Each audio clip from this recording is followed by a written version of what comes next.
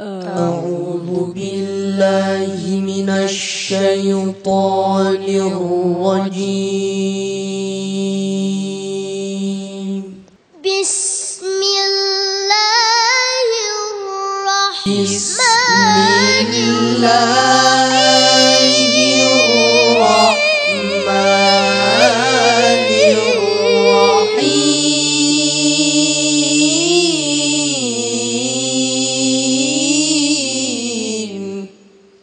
إن الحمد لله نحمده ونستعينه ونستغفره ونؤمن به ونتوكل عليه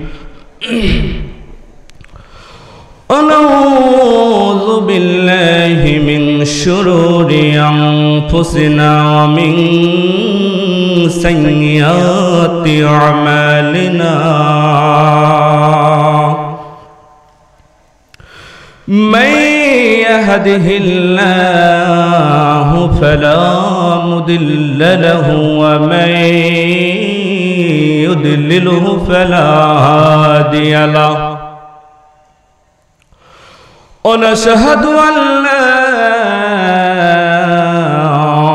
إله إلا الله وحده لا شريك له ونشهد أن محمدًا عبده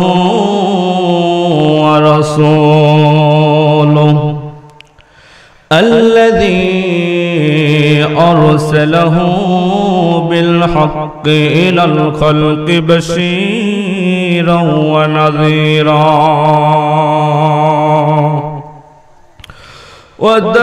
وداعيا إلى الله بإذنه وسراجا وقمرا منيرا فقد قال الله تعالى في كلامه المجيد والفرقان الحميد برن شكل أعوذ بالله من الشيطان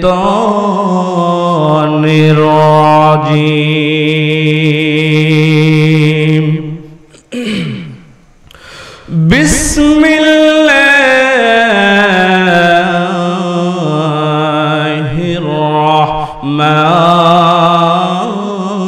الرحمن الرحيم ألف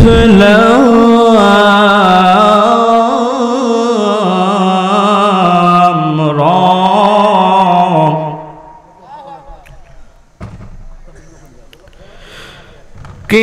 كتاب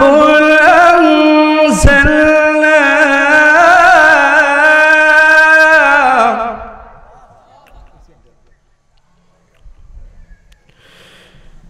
كتاب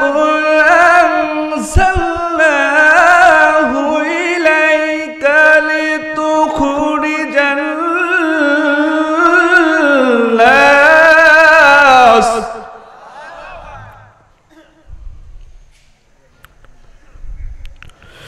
لتخرج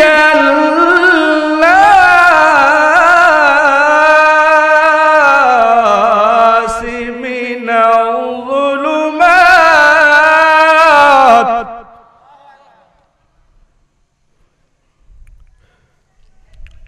من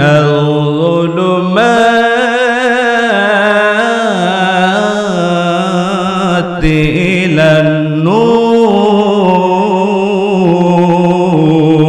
النور صدقت يا ربنا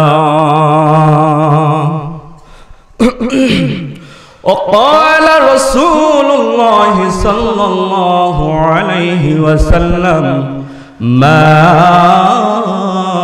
لقيان بقران الأرض خطيئة لا يشرك بي شيئا لقيته بمثلها ومغفرة. وقال تعالى إن الله وملائكته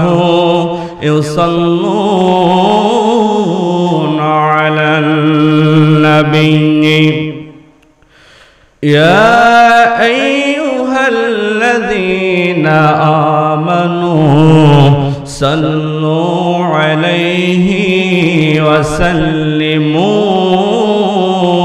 تسليما. اللهم صل على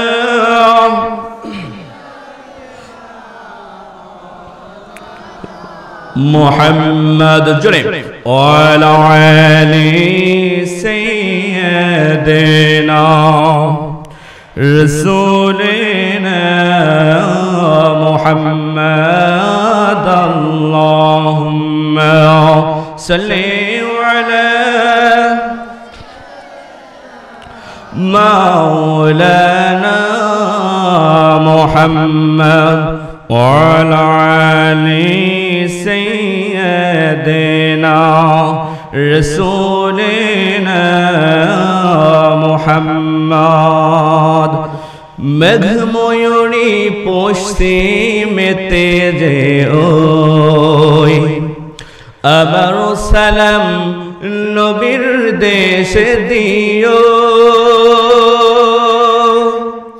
রওজা জিয়ারতের আশায় রওজা জিয়ারতের আশায় পিয়াসী অন্তর যেথায় আমার প্রিয় নবী ঘুমায় নিরন্তর। আল্লাহুম্মা সাল্লি আলা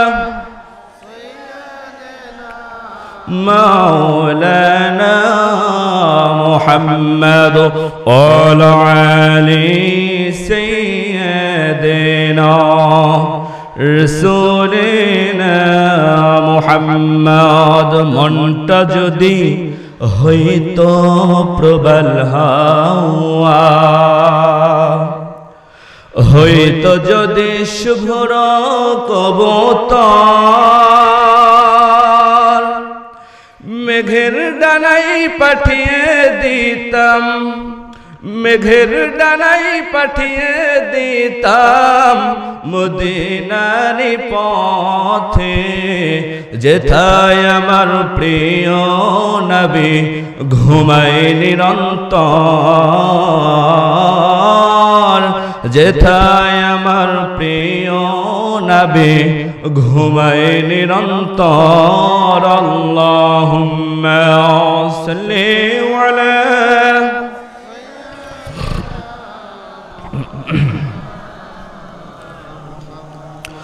وعلى آل سيدنا رسولنا محمد। আস্তে পথে আধার মেলে তাই বলে কি বসে রবে বসে থাকা চলবে না। জ্বালাও বাতি জ্বালাও রে যদিও বাতি জ্বলবে না তাই বলে তো ভেরুর মতো বসে থাকা চলবে না। কথা কোন ঠিক কিনা? মুসলিম আজ ঘুমিয়ে পড়েছে ডাকাত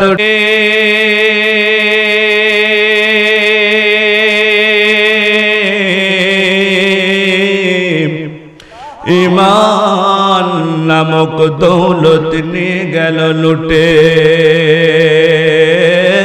দেখনি চিন্তা করে কথা কোন ঠিক কিনা?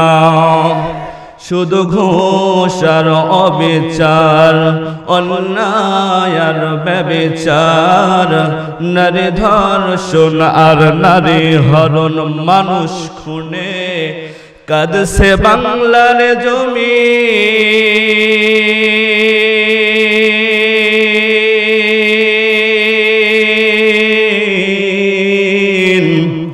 বিদায় হতে চলেছে নবীজির রক্তে মাখা দিন। যারা জীবনের বিনিময়ে দিয়ে গেল হাই, দিয়ে গেল এই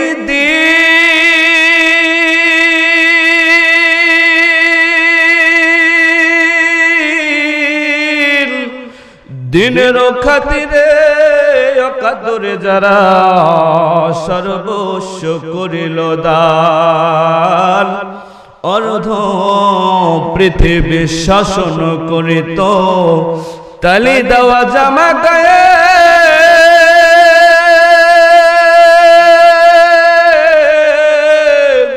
আটার বস্তা পিঠে করে সে পৌঁছে দিল দুস্থ মায়ে। আজ কোথা সে মানব দরদি, আজ কোথা সে মানব দরদি, তাওহীদি সন্তান।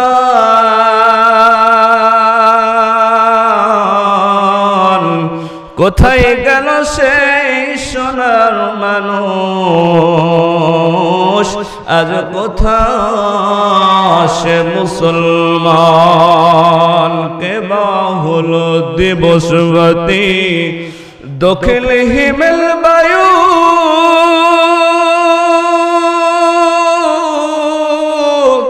কোথা থেকে পেলি রে তুই তোর জীবনের আয়ু। মাঠ ভরা কে দিল রে সবুজ শ্যামল ধান, মাঠ ভরা কে দিল রে সবুজ শ্যামল ধান। পাখির কণ্ঠে কে দিল রে মিষ্টি মধুর গান। চিন্তা করে দেখো মানুষ, এসবই হলো আমার আল্লাহ তাআলার দান। কালিমা পড়ুন লা ইলাহা ইল্লাল্লাহ, লা ইলাহা ইল্লাল্লাহ, লা ইলাহা ইল্লাল্লাহ।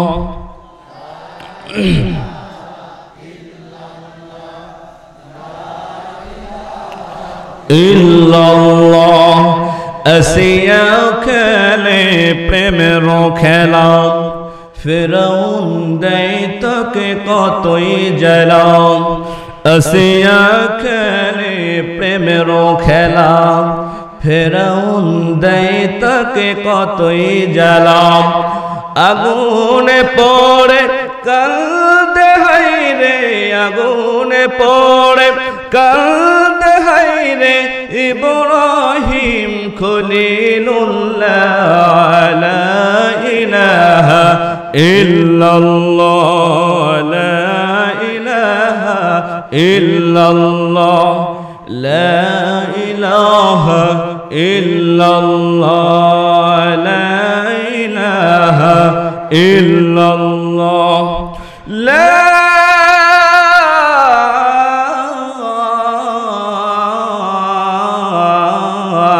ইলাহা ইল্লাল্লাহ মুহাম্মাদুর রাসূলুল্লাহ সাল্লাল্লাহু আলাইহি ওয়াসাল্লাম। বিরক্ত হয়ে গেছেন? কেউ হন নাই? মাশাআল্লাহ। ঐতিহ্যবাহী নাটোর জেলার লালপুর থানাধীন গোপালপুর ওয়ালিয়া দুই মাজা বাজারের একেবারে মাঝামাঝি একটা অবস্থা, সকলেরই সুপরিচিত গ্রাম দিয়ারপাড়া এলাকাবাসী কর্তৃক আয়োজিত বাৎসরিক ওয়াজ মাহফিলের সম্মানিত শ্রদ্ধাভাজন বিজ্ঞ অভিজ্ঞ সভাপতি, পাশাপাশি প্রধান অতিথি, বিশেষ অতিথি,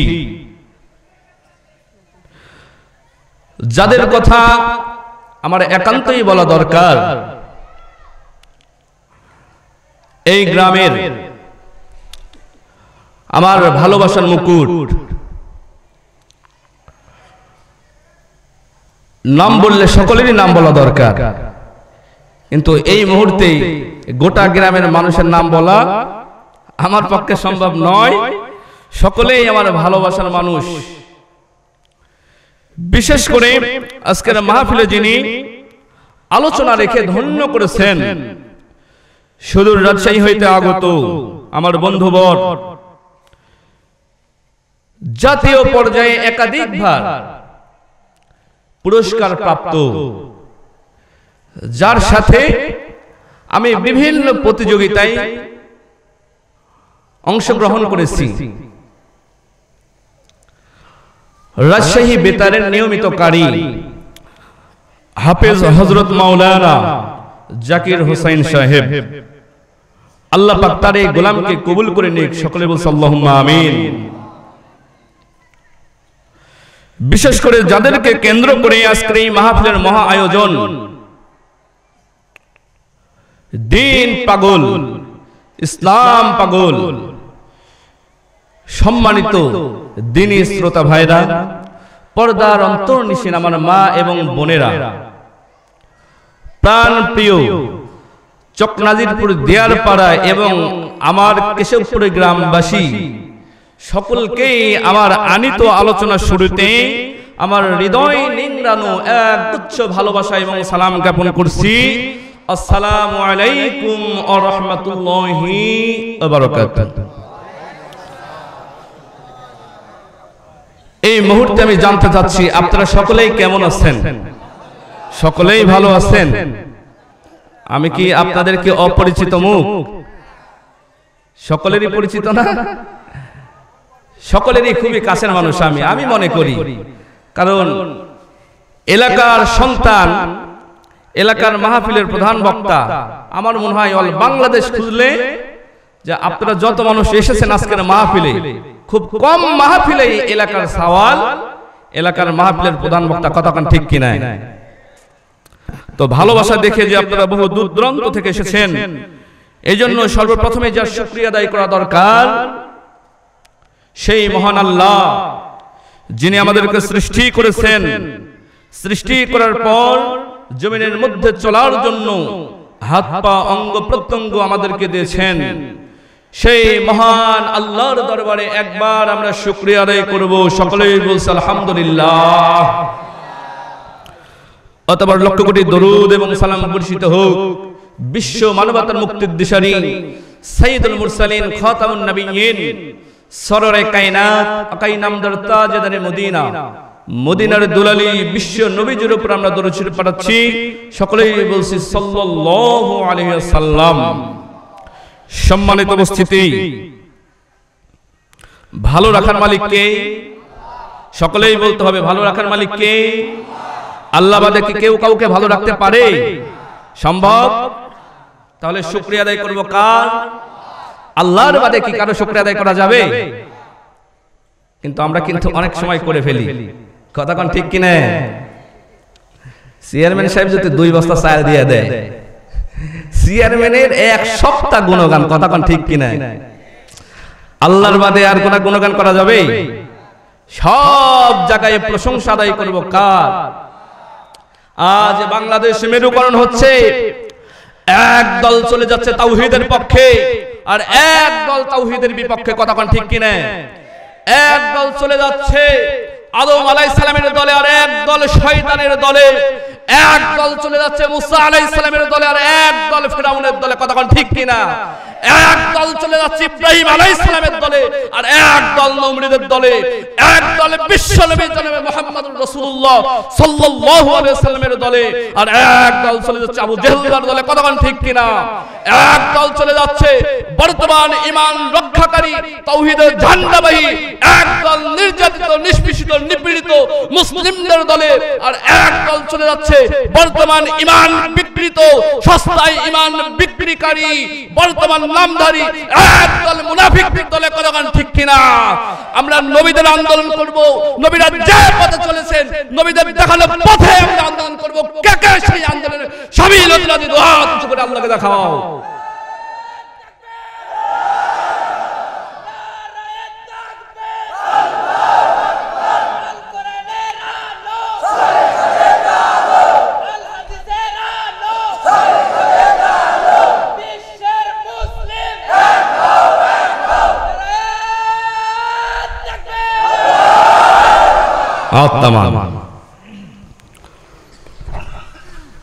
সম্মানিত ভাইয়ের আমার, আমি কোন ভূমিকায় যেতে যাচ্ছি না, সরাসরি আমি আলোচনায় যেতে যাচ্ছি। রাজি আছেন তো সকলেই? দেখেন, যেহেতু এটা গোরস্থান পাশেই এবং পাশেই মসজিদ, আমরা আলোচনা করব এমন একটা আলোচনা যে আলোচনার দরুন আমাদের ঈমান বৃদ্ধি পায়, আমাদের আমলের যে রাস্তাটা, এই রাস্তাটার পরিবর্তন ঘটে। কতক্ষণ ঠিক কিনা? ওয়াজ মাহফিল এলাকায় বহু হয়। সেদিন এক মা আমাকে ডেকে বলছে, হুজুর বহু ওয়াজ শুনেছি, কিন্তু আপনি মসজিদে যে বক্তব্যগুলো দিয়েছেন, এই ওয়াজ মাহফিলের চাইতে আমি কয়েকটা এই মসজিদের বক্তব্য শুনে আমি তার চাইতে বেশি ফায়দা পেয়েছি। যেরকম সুবহানাল্লাহ। এজন্য জাতির এই ক্লান্তি লগ্নে জাতির যেটা প্রয়োজন সেই আলোচনা দিতে হবে। কতক্ষণ ঠিক কিনা? তো রাজি আছেন তো? কারো সমস্যা নাই তো? যা আল্লাহ পাক রব্বুল আলামিন আমাদের সকলকেই কবুল করুক। সকলেই বলুন আল্লাহুম্মা আমিন। সম্মানিত ভাইয়ের আমার, আমি পবিত্র কুরআনুল কারীম থেকে সূরাতুল ইব্রাহিমের প্রথম আয়াত তেলাওয়াত করেছি। কোন আয়াত? একেবারে 1 নং আয়াত তেলাওয়াত করেছি। আমি সরাসরি আয়াতে চলে যাচ্ছি। আল্লাহ পাক রব্বুল আলামিন সূরা ইব্রাহিমের প্রথম আয়াতের মধ্যে বলেন, আলিফ লাম রা কিতাবুন আনসালনাহু ইলাইকা লিতুখরিজান নাসা মিনাল যুলুমাতি ইলান নূর।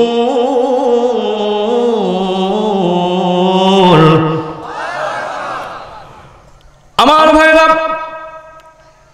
আল্লাহ পাক রব্বুল আলামিন সূরাতুল ইব্রাহিমের প্রথম আয়াতের মধ্যে সুন্দর করে বলে দিয়েছেন, আলিফ লাম রা কিতাবুন আনসালনাহু ইলাইকা লিতুখরিজান নাস।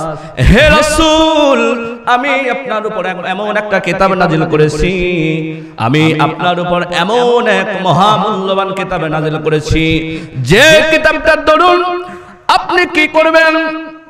মিনাল যুলুমাত, অন্ধকারে থাকা মানুষগুলোকে, আলো থেকে দূরে থাকা মানুষগুলোকে, পথ ভোলা মানুষগুলোকে, যারা পথ থেকে দূরে আছে, কুরআন ভোলা মানুষগুলোকে আপনি কি করবেন? দাওয়াত দেয়া এই মানুষগুলোকে আল্লাহ রাব্বুল আলামিনের ইলান নূর, এই নূর নামক আলোর রাস্তায় নিয়ে আসবেন। জোরে কোন সুবহানাল্লাহ। আমার ভাইরা, পৃথিবীতে যত ধর্মের যত কিতাব আছে, সমস্ত ধর্মের সমস্ত কিতাবগুলো ওই ধর্মের জন্যই কিন্তু পুরোপুরি যথেষ্ট না। কতক্ষণ ঠিক কিনা? বেদ বলেন, কিতাব, বাইবেল, রামায়ণ, মহাভারত, ত্রিপিটক, যত কিতাব আছে এই কিতাবগুলো তার ধর্মের জন্যই যথেষ্ট না, সঠিক সমাধান দিতে পারে না। এই তো কদিন আগের খবর, এক ধর্মের কথা শুনলাম, তাদের ধর্মগ্রন্থের কথা বলা হয়েছে যে আমাদের ধর্মগ্রন্থ, এই ধর্মগ্রন্থের কিছু কিছু আয়াত, কিছু কিছু লাইন কেটে বাদ দিতে হবে, এবং নতুন কিছু, যেহেতু যুগ আধুনিক, এই নতুন যুগের জন্য নতুন নতুন কিছু তথ্য সংযোজন করতে হবে। নাউজুবিল্লাহ। এমন তাদের কিতাব, যে কিতাবের নতুন জিনিস সংযোজন করার প্রয়োজন হয় মুসলমান, কিন্তু আমার আল্লাহ রাব্বুল আলামিন এমন একটা কিতাব আমাদের মাঝে দিলেন, ইলান নূর, এই যে নাস শব্দ ব্যবহার করেছেন আল্লাহ পাক, এই নাসের ব্যাখ্যায় আমি বহু তাফসীর গ্রন্থ দেখেছি, সকল তাফসীর কারক একমত হয়েছেন এই নাস মানে হলো গোটা পৃথিবীর সমস্ত মানুষের জন্য এই কিতাব সব সময়ের জন্য আধুনিক। যুগের পরিবর্তন হবে, সময়ের পরিবর্তন হবে, কিন্তু আমার মহান আল্লাহ বলেন, ও নবী আমি এমন একটা কিতাব আপনার উপর নাযিল করেছি, যুগের যতই পরিবর্তন হোক, সময়ের যতই পরিবর্তন হোক, প্রযুক্তির যতই পরিবর্তন হোক, এই কিতাব সব সময় সব যুগের জন্য, সমস্ত মানুষের জন্য এই কিতাব সব সময় আধুনিক। জোরে কোন সুবহানাল্লাহ। বেদ কিন্তু সকল ধর্মের জন্য নয়, গীতা কিন্তু সকল ধর্মের জন্য নয়, বাইবেল কিন্তু সকল ধর্মের জন্য নয়, কিন্তু কোরআন, এই কোরআন সমস্ত জাতির জন্য, সমস্ত মানুষের জন্য আল্লাহ পাক এখানে লিন্নাস শব্দ ব্যবহার করেছেন। তার মানে হিন্দু, বৌদ্ধ, খ্রিস্টান, কামার, কুমার, জেলে, তাঁতি, চাষার, উদার, মদার, গাজার, মুসার, doctor, master, helper, contractor, driver, barrister, রাজরানী, চাকরানী, ফকির, ফকরানী, এতিম, মিসকিন, অনাথ, অনাথিনী, পথে মরা, আদে মরা, কাঙ্গাল, কাঙ্গিলিনী, হাবিলদার, চকিদার, রফাদার, দফাদার, জমিদার, তালুকদার, মেম্বার, আপার লেভেল ইঞ্জিনিয়ার, গর্জাল ব্যক্তি, অফিসার, জজ, ব্যারিস্টার, হাকিম, উকিল, মুক্তার, চেয়ারম্যান, এমপি, দেশের সরকার, সমস্ত মানুষের জন্য এই কিতাব সব সময় আধুনিক। জোরে কোন সুবহানাল্লাহ। আমার ভাইরা, এজন্যই বিশিষ্ট সঙ্গীত শিল্পী মরহুম আইনউদ্দিন আল আজাদ ভাই কি সুন্দর করে বলেছেন, এ বাণী সকলের নয় শুধু মুমিনের, যারাই চলবে মেনে ফল পাবে কোরআনের। সকলেই, এ বাণী সকলের নয় শুধু মুমিনের, যারাই চলবে মেনে ফল পাবে কোরআনের। এই সাইডের লোক কি ভাই, আপনারা কি গোরস্থানের বেশি আগায় গেছেন নাকি? সকলেই গাইতে হবে ভাই, এ বাণী সকলের নয় শুধু মুমিনের, যারাই চলবে মেনে ফল পাবে কোরআনের। ঘরে বলো কিংবা রাষ্ট্রে বলো, ঘরে বলো কিংবা রাষ্ট্রে বলো, অশান্তি দূর করে শান্তি আনে সমাধান। সকলেই সমাধান চাও যদি জীবনে মরণে, ফিরে যাও খুঁজে নাও চোখ রাখো কোরআনে। সমাধান, সমাধান চাও যদি জীবনে মরণে, ফিরে যাও খুঁজে নাও চোখ রাখো কোরআনে। সমাধান, সমাধান চাও যদি জীবনে মরণে, ফিরে যাও খুঁজে নাও চোখ রাখো। এ তো চির অম্লান চির মুক্তির ডাক, এ যে মহাবাণী খোদার কালামে পাক। এ তো চির অম্লান চির মুক্তির ডাক, এ যে মহাবাণী খোদার কালামে পাক। এই দুনিয়া আর সেই দুনিয়া, এই দুনিয়া আর সেই দুনিয়া, শান্তি পাবে তুমি দোজাহানে। সমাধান, সমাধান চাও যদি জীবনে মরণে, ফিরে যাও খুঁজে নাও চোখ রাখো কোরআনে। সমাধান, সমাধান চাও যদি জীবনে মরণে, ফিরে যাও খুঁজে নাও চোখ রাখো কোরআনে।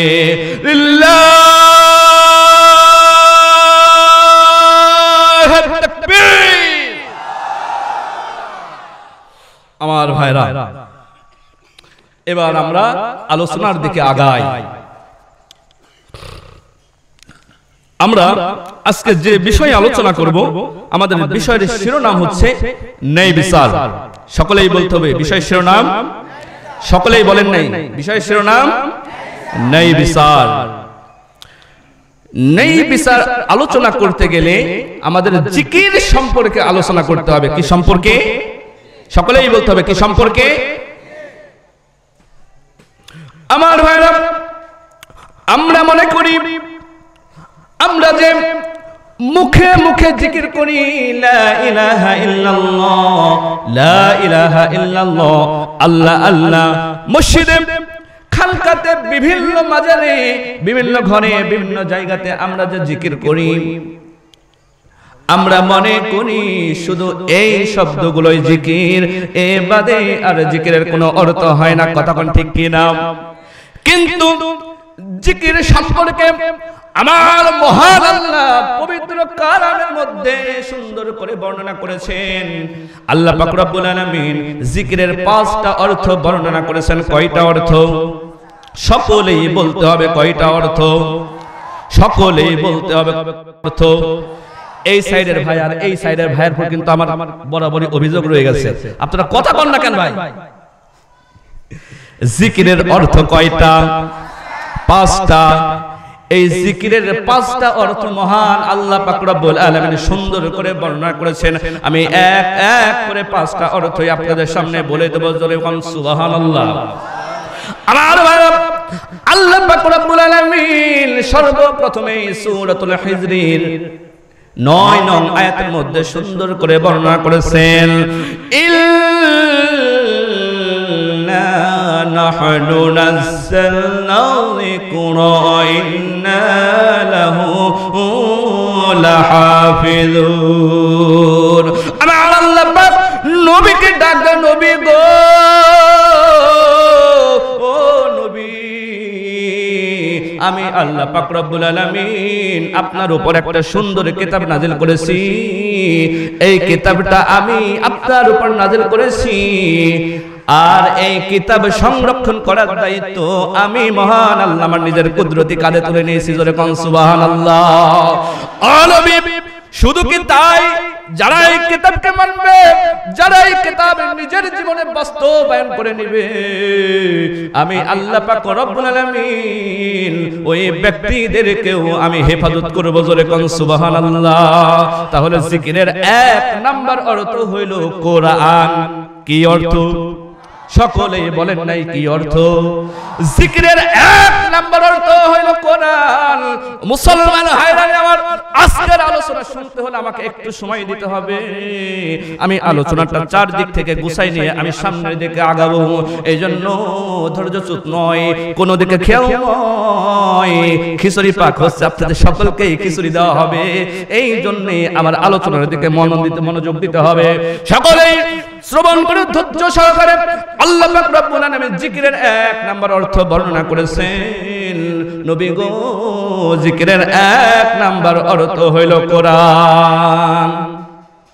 এবার জিকিরের 2 নাম্বার অর্থ পবিত্র কালামের মধ্যে মহান আল্লাহ পাক রব্বুল আলামিন 28 নং পারা সূরাতুল জুমার 9 নং আয়াতের মধ্যে সুন্দর করে ডাক দেয়া বলেছেন,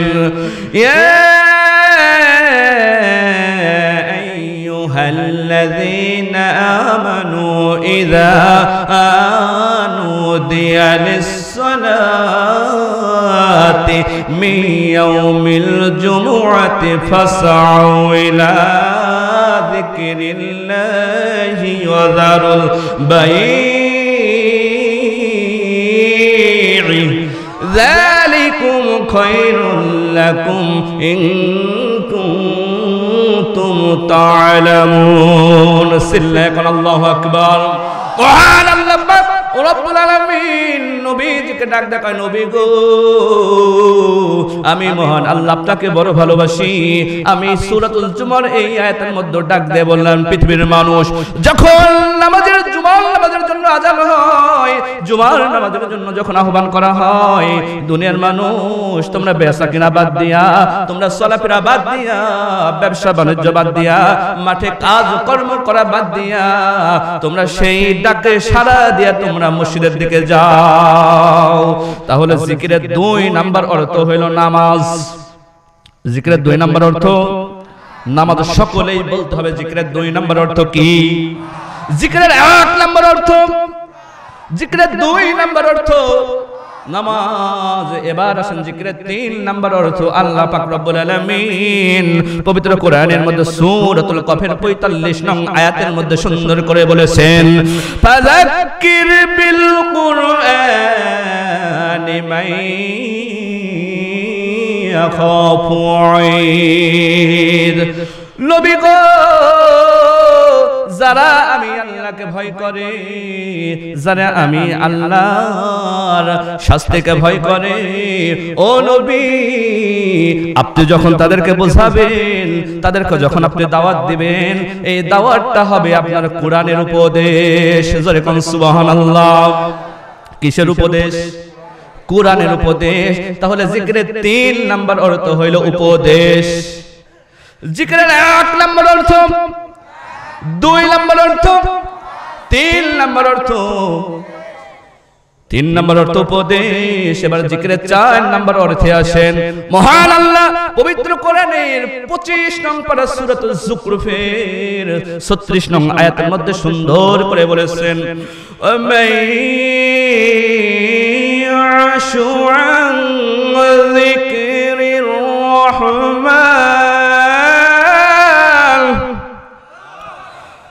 যিকরির রহমান নুকাইদ লাহু শাইতান,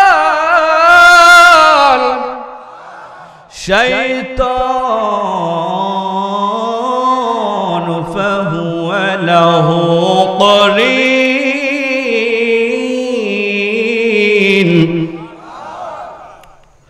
মহান আল্লাহ বলেন জিকিরের 4 নাম্বার অর্থ আমি বলবো। আচ্ছা, কোরআন যে শুনতেছি, কোরআনের মজা আছে না নেই? কোরআনের এমন মজা, এজন্যই আজকে সাবজেক্টটা নিয়েছি কোরআন। জোরে কোন সুবহানাল্লাহ। কোরআনের মজা কি কোনোদিন শেষ হয়? শেষ হয়? এক সূরা ফাতিহার ভিতর যে মজা, এই ফাতিহার মজাই কিয়ামত পর্যন্ত শেষ হবে না। জোরে কোন সুবহানাল্লাহ। কিন্তু গানেও মজা আছে না নাই? কথা কন না কেন? গানেও মজা আছে না নাই? গানেও মজা আছে। মজা না থাকলে মুরব্বীরাও শুনে কি করে? কথা কন না কেন? মুরব্বী মানুষ দাড়ি পেকে, এত বড় বড় দাড়ি, কাজ করে, রিকশা চালাই, ভ্যান চালাই, তবু এই গান সব সময় চলছে আর মাথা আছে না নাই? তো গানে যদি মজা না থাকবে, ওই মুরব্বী লোক যার এক পা কবরে, সে কি করে শুনে? কথা কন না কেন? গানেও মজা আছে, কিন্তু এই গানের মজাটা সাময়িক সময়ের জন্য। এই গানের মজাটা সাময়িক সময় থাকে, কিন্তু কিছুক্ষণ পর অথবা কিছুদিন পর অথবা কিছু বছর পর এই গানের মজা শেষ হয়ে যায়, ওই গানটা আর চলে না। এই তো কদিন আগে আমার ক্যাম্পাসে দেখি যে একটা ছেলে একটা মেয়েকে ইঙ্গিত করে গান কয়। কি বলবো নাকি ভাই? কথা কানটা কেন বলবো?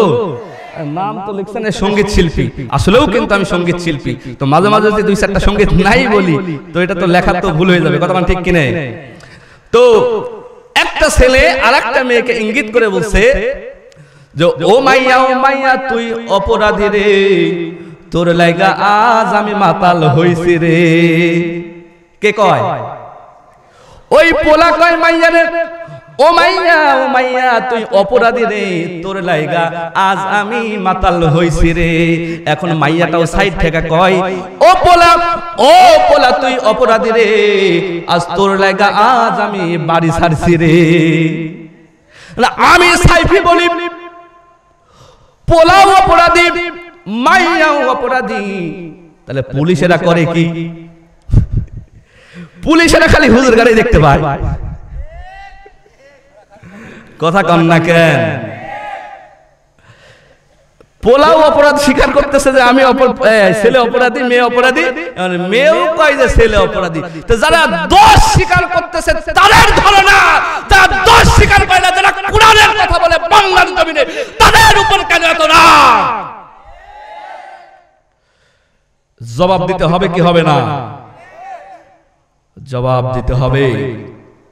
কোরআনের কথা বলতে গিয়ে, হক কথা বলতে গিয়ে কত আলেম আজকে নির্যাতিত, নিষ্পেষিত, নিপীড়িত। কথা কোন ঠিক কিনা?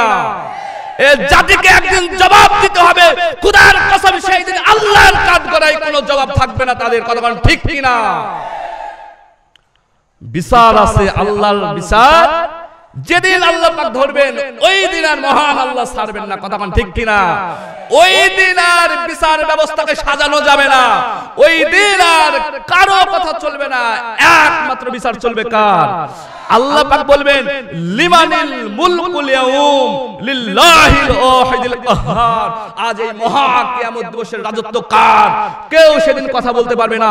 মহান আল্লাহ বলবেন লিল্লাহিল ওয়াহিদিল কাহ্হার, মহা পরাক্রমশালী, মহারাগের রাগান্বিত সেই আল্লাহ আজকে এই কিয়ামত দিবসের মালিকানা।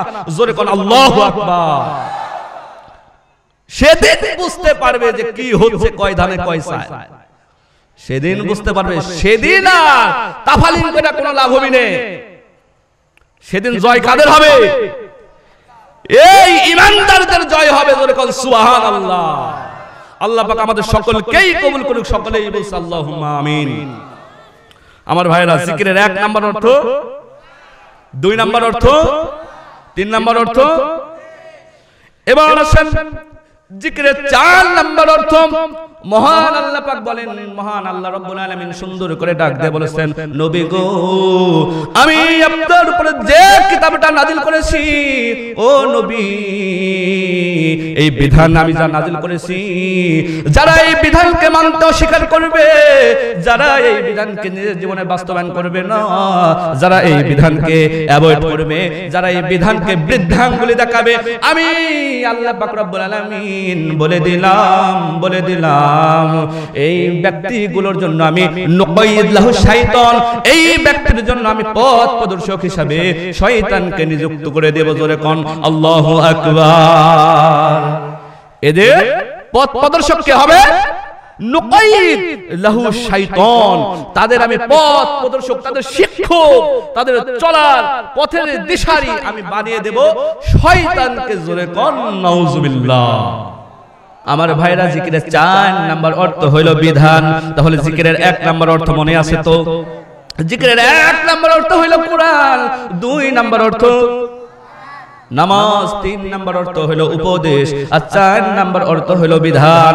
এবার আল্লাহ পাক রব্বুল আলামিন নবীজিকে ডাক দেন, নবী গো, সুন্দর করে পবিত্র কোরআনের সূরাতুল বাকারার 152 নং আয়াতের মধ্যে ডাক দিয়ে বলেছেন, ফাযকুরুনি আযকুরুকুম আশকুরুনি ওয়ালা তাকফুরুন। নবী গো, আমি আল্লাহকে যারা স্মরণ করবে, আমি আল্লাহকে যারা মনে রাখবে, আমি মহান আল্লাহ তাদেরকে স্মরণ করব। জোরে কোন সুবহানাল্লাহ। আমার দিকে যারা 1 ধাপ আগায় আসবে, আমি আল্লাহ তাদের দিকে রহমত নিয়ে 2 ধাপ আগায় যাব। ও নবী, আমি মহান আল্লাহকে যারা ডাকবে, আমি আল্লাহ তাদেরকে ডাকবো। জোরে কোন সুবহানাল্লাহ। আল্লাহ রে ডাক রে বান্দা আল্লাহ বলে ডাক, আল্লাহ রে ডাক রে বান্দা আল্লাহ বলে ডাক। সবাই আল্লাহ রে ডাক রে বান্দা আল্লাহ বলে ডাক, আল্লাহ রে ডাক রে বান্দা আল্লাহ বলে ডাক। ও ডাকতে পারলে তোর জীবনের গুনাহ হবে মাফ, তারে ডাকতে পারলে তোর জীবনের গুনাহ হবে মাফ।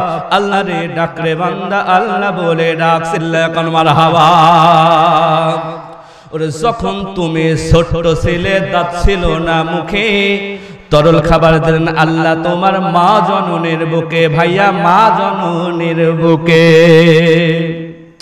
আমার ভাইরা, আমরা যখন ছোট ছিলাম, তার পূর্বে যখন আমরা আলামে বুতুন মাতৃগর্ভে ছিলাম, এই মাতৃগর্ভে থাকা অবস্থায় আমি আপনি তো কিছুই করতে পারি না, হাতের শক্তি নাই, পায়ের শক্তি নাই, একটা বরের মধ্যে আমরা তো গোল হয়ে আসছি। কিন্তু আমার তো জীবিত থাকা লাগবে, খাওয়া লাগবে। ওই সময় কিন্তু আমার চিন্তা ছিল না, ওই সময় চিন্তা ছিল কার? আমার আল্লাহর চিন্তা। আমার আল্লাহ পাক রব্বুল আলামিন ডাক দেখো, ওই নবী গো, আমি কি সুন্দর করে বান্দাকে খাওয়াইলাম। মার নাভির তারের সঙ্গে বান্দার নাভির তারের একটা যোগসূত্র তৈরি করে দিলাম। মা যা খায় ওই খাবারের একটা অংশ সন্তানের ভেতর চলে যায়। এরপরে কি করলাম? সন্তান এবারে দুনিয়াতে ভূমিষ্ঠ হবে, এই সন্তানের তো চলার কোনো ক্ষমতা নাই, সন্তানের তো উঠা বসার কোনো ক্ষমতা ক্ষমতা নাই, গায়ে শক্তি নাই, হাতে শক্তি নাই, মুখে শক্তি নাই, খাবারটা মুখে তুলে দিবে, হাত দিয়ে মুখে তুলে দিবে, এই শক্তিও তো বান্দার নাই। এবং বান্দার হজম করার মতো, শক্ত খাবার হজম করার মতো কোনো ক্ষমতা নাই। তাই আমি মহান আল্লাহ কি করলাম, বান্দা যাতে দুনিয়াতে ভূমিষ্ঠ হওয়ার পর বান্দা যাতে তরল একটা খাবার খেতে পারে, এই জন্য আমি মহান আল্লাহ আমার ওই বান্দা মাতৃগর্ভে থাকা অবস্থায় তার থেকেও 6 মাস আগে আমি তার মায়ের বুকের মধ্যে নরম খাবার, তরল খাবার গরম করে রেখেছি। জোরে কোন সুবহানাল্লাহ। আজ বিজ্ঞান প্রমাণ করেছে মার বুকের মধ্যে যে দুধটা সর্বপ্রথমে হয়, যে শাল দুধটা সর্বপ্রথমে হয়, এই শাল দুধটা হলো বান্দার জন্য সকল রোগের মহাঔষধ। জোরে কোন সুবহানাল্লাহ। যখন তুমি ছোট ছেলে দাঁত ছিল না মুখে, তরল খাবার দেন আল্লাহ তোমার মা জননের বুকে, ভাইয়া মা জননের বুকে। ওরে সে আল্লাহ রে ভুইল না রে,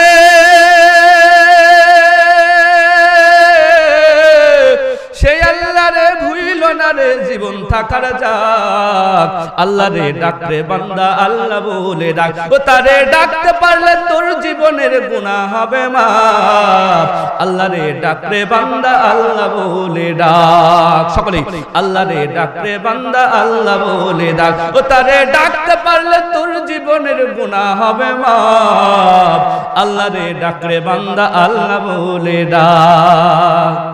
ওরে যখন তোমার কেউ ছিল না তখন ছিলেন তিনি, এখন তোমার সব হয়ে আছেন, পর হয়ে আছেন উনি রে বান্দা, পর হয়ে আছেন উনি। আবার যখন তোমার কেউ রবে না,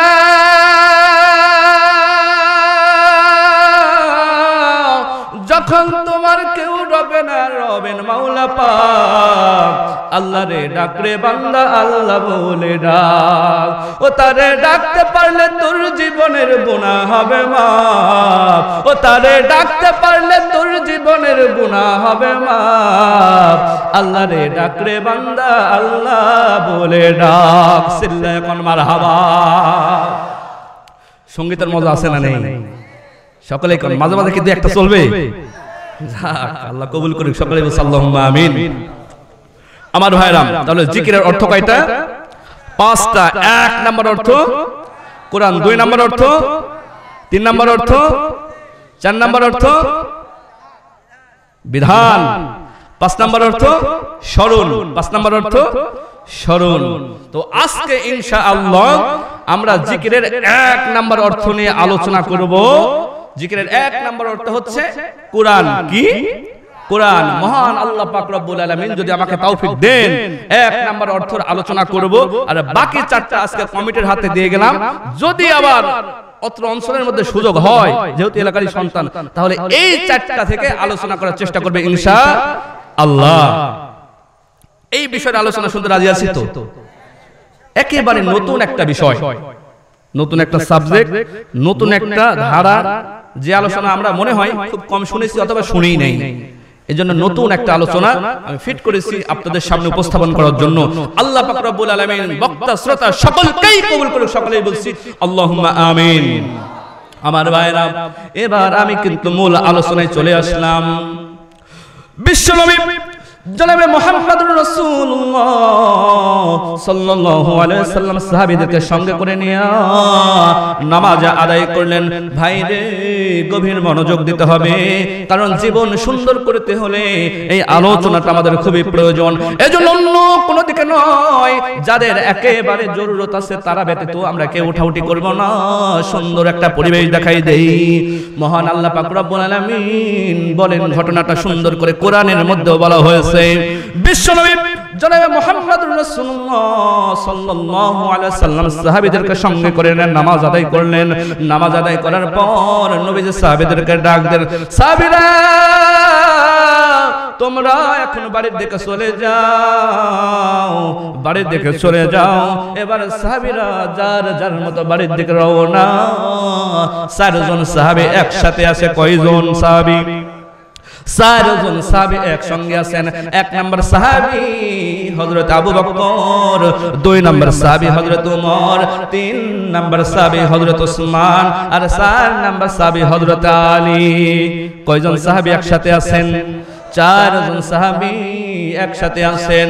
এবার বাড়ির দিকে রওনা। সর্বপ্রথম হযরত ওমরের বাড়ি বাঁধে। হযরত ওমর বাড়িটা পেয়ে গেলেন। এবার হযরত ওমর সালাম কুশল বিনিময় করে এবার সাহাবীদের কাছ থেকে বিদায় নিলেন। এবার রইলেন কয়টা সাহাবী? এবার রয়েছেন 3টা সাহাবী, হযরত আবু বকর, হযরত আলী আর হযরত উসমান। এবার কিছু দূর পর হযরত আলী নিজের বাড়িটা পেলেন। সালাম বিনিময় করে কুশল বিনিময় করে হযরত আলী নিজের বাড়ির দিকে রওনা। এবার থাকে 2টা সাহাবী, হযরত উসমান আর হযরত আবু বকর।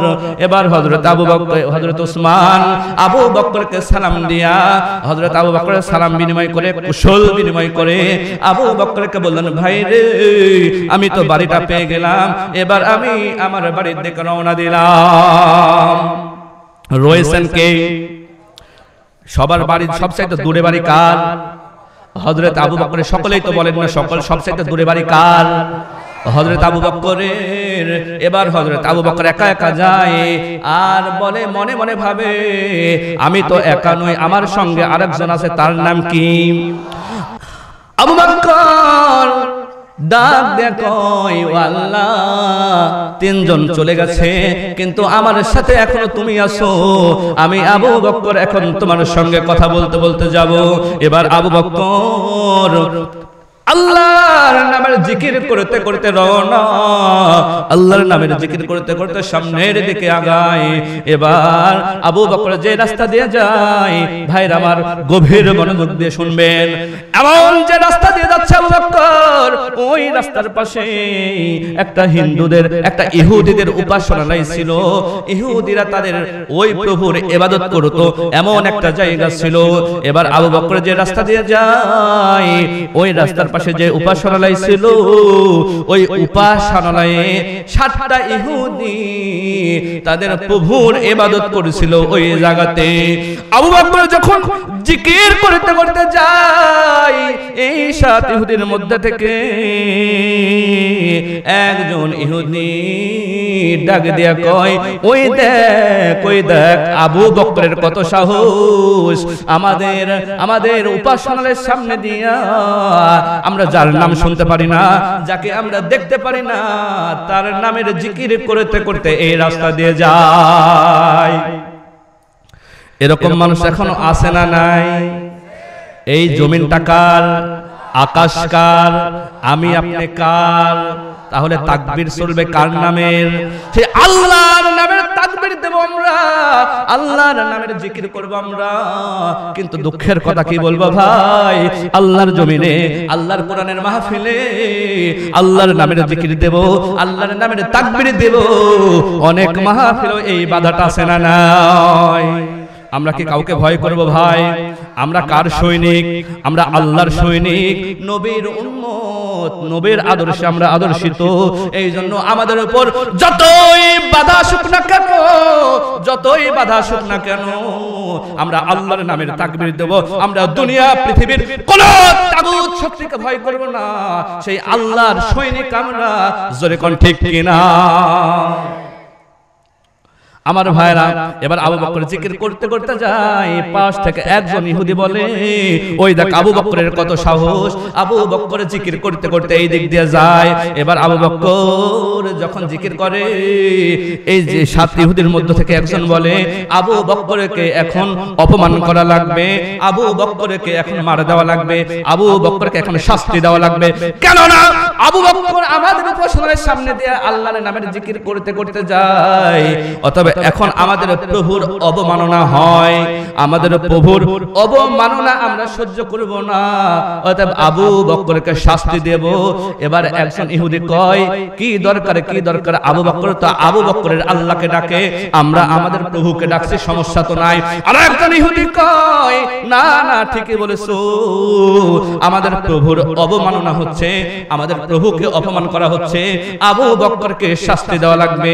এরকম তালে তালে মিনা লোক এখনো আছে না নাই? শিয়ালের এখন তাদের তালে মিলাই তালে রে তালে মিলাই তাল। কথা কোন ঠিক কিনা? পেছনের ভাইরাও গাওয়া লাগবে সাথে। শিয়ালের এখন তাদের তালে মিলাই তালে রে তালে মিলাই তাল। মুসলমানদের আসছে তেরে, মুসলমানদের আসছে তেরে লাল কুকুরের পাল। শিয়ালের এখন তাদের তালে মিলাই তালে রে, কোন না তো দেখি আপনারা।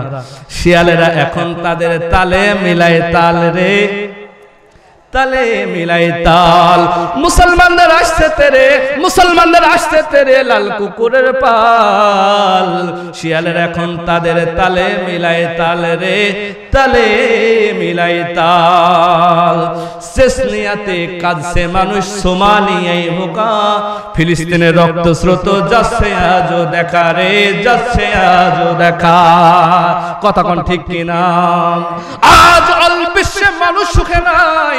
যত জায়গায় গঞ্জাম হচ্ছে, যত দেশে গঞ্জাম হচ্ছে, যত জায়গায় মার খাচ্ছে, এক জায়গায় ইহুদিরা মার খাচ্ছে না, এক জায়গায় খ্রিস্টানেরা মার খাচ্ছে না, এক জায়গায় বৌদ্ধরা মার খাচ্ছে না, এক জায়গায় হিন্দুরা মার খাচ্ছে না, যত জায়গায় মার খাচ্ছে সব জায়গায় মুসলমানেরা। কথা কোন ঠিক কিনা? চেচনিয়াতে কাঁদছে মানুষ, সোমালিয়ায় ভোকা, ফিলিস্তিনের রক্ত স্রোত যাচ্ছে আজও দেখা রে যাচ্ছে আজও দেখা। ওরে আলজেরিয়ায় শয়তানেরা, আলজেরিয়ায় শয়তানেরা ফেলছে বেড়া জাল। শিয়ালের এখন তাদের তালে মিলাই তাল রে তালে মিলাই তাল। শিয়ালের এখন তাদের তালে মিলাই তাল রে তালে মিলাই তাল। লিল্লাহ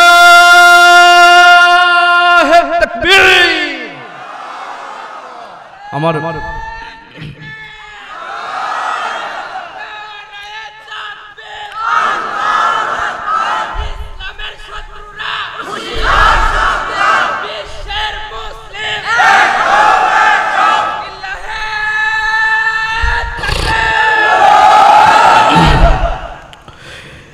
এবার ইহুদি কয় আবু বকরকে কি করে শায়েস্তা করা লাগবে, এই বুদ্ধিটা আমার। বুদ্ধি আসবে কোন জায়গা থেকে?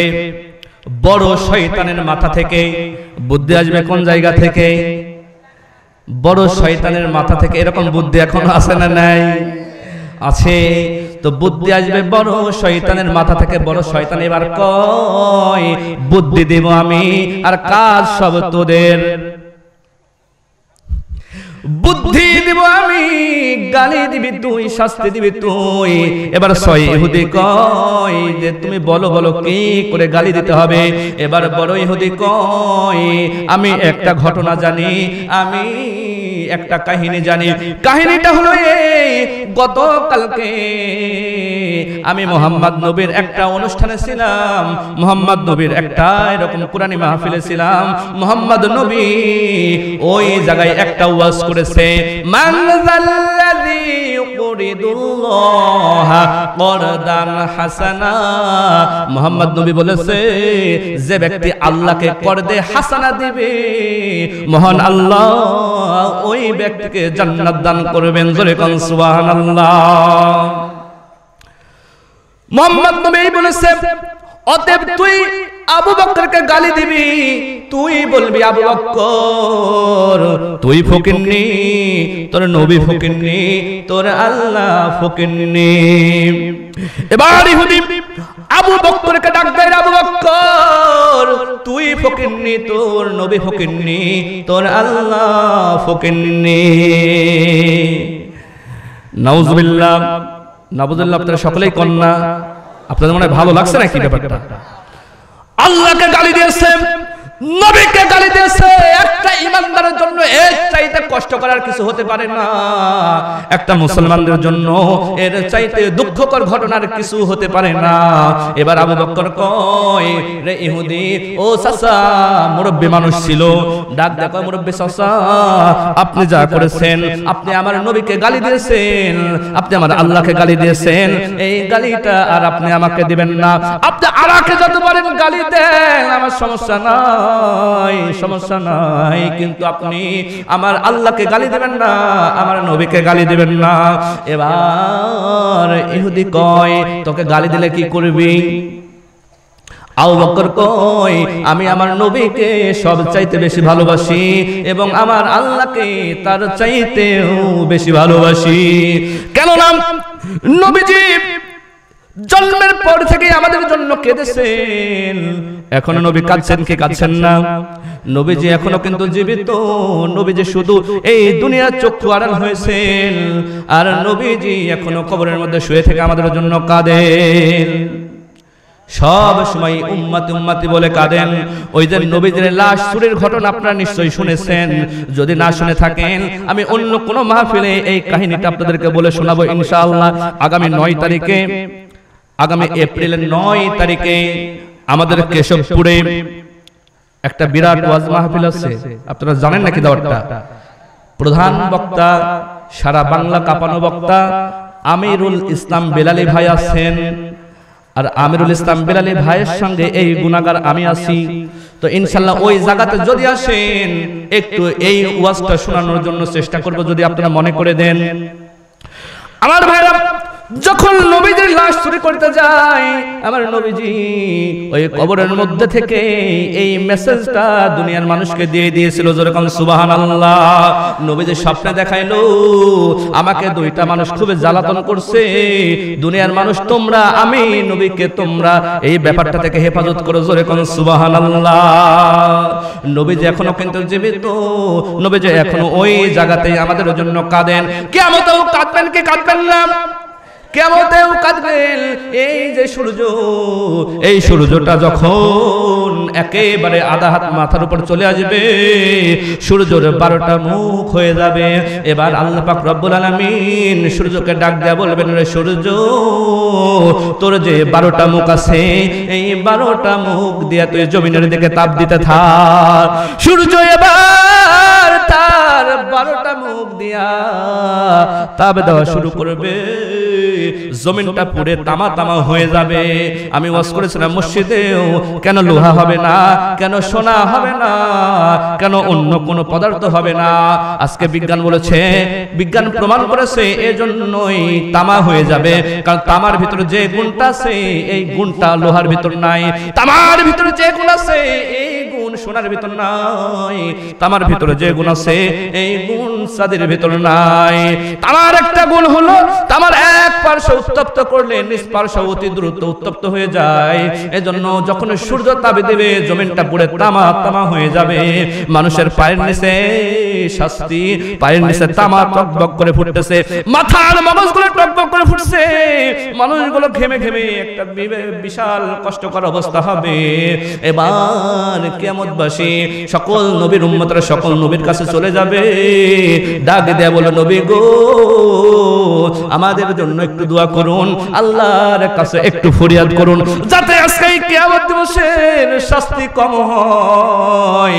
আমার ভাইরা, এমন একটা কষ্টকর অবস্থা হবে, কোন নবী কিন্তু ওই দিন শাফায়াতের সুযোগ পাবে না। সকল নবীরা বলবেন, তোমরা শেষ নবীর কাছে চলে যাও, সবাই শেষ নবীর কাছে চলে আসবে। এবার আমার বিশ্ব নবী জনাবে মুহাম্মদুর রাসূলুল্লাহ সাল্লাল্লাহু আলাইহি ওয়াসাল্লাম তিনি সিজদাতে লুটিয়ে পড়বেন। এবার মহান আল্লাহ নবীকে ডাক দেয়, নবী গো, আপনি কেন কাঁদেন? আজ তো আপনার কাঁদার দিন নয়, আপনাকে আমি হাউজে কাউসার দান করেছি। ইন্না আ'তাইনাকাল কাউসার, ও নবী গো, আমি তো আপনাকে হাউজে কাউসার দান করেছি, আমি তো আপনাকে জান্নাত দান করেছি, এরপরেও আপনি কেন কাঁদেন? এবার নবীজি কয়, আল্লাহ,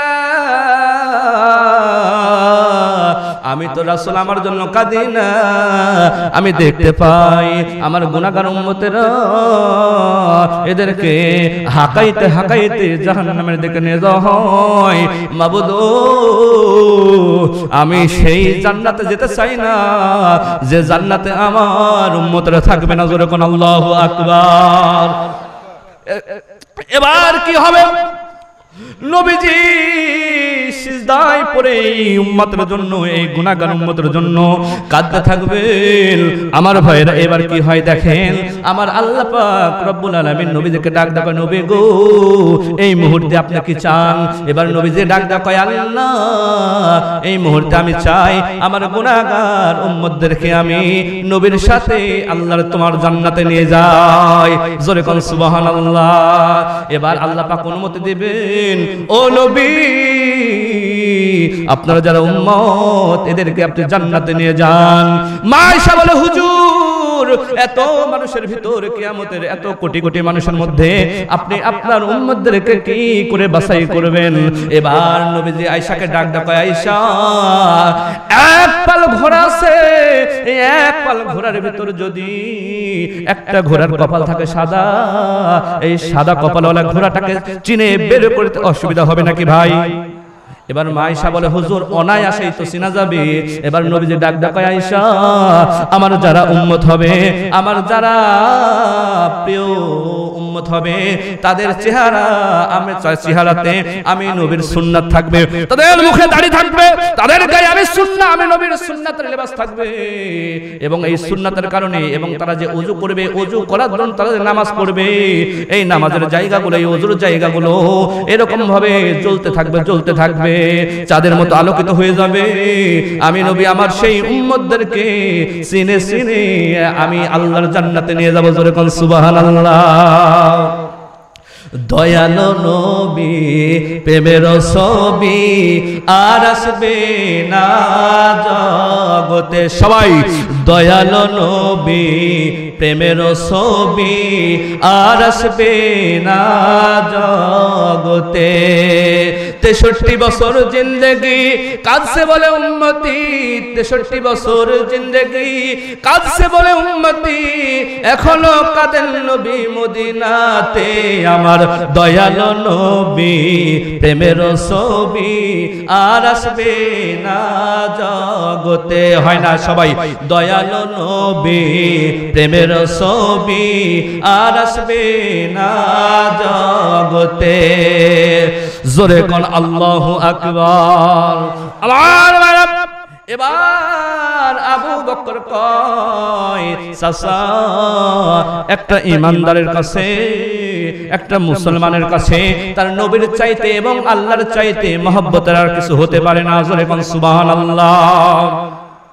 এবার ইহুদি কয়, আবু বকর তোর এত সাহস, তুই আমাকে চুপ করতে বলিস?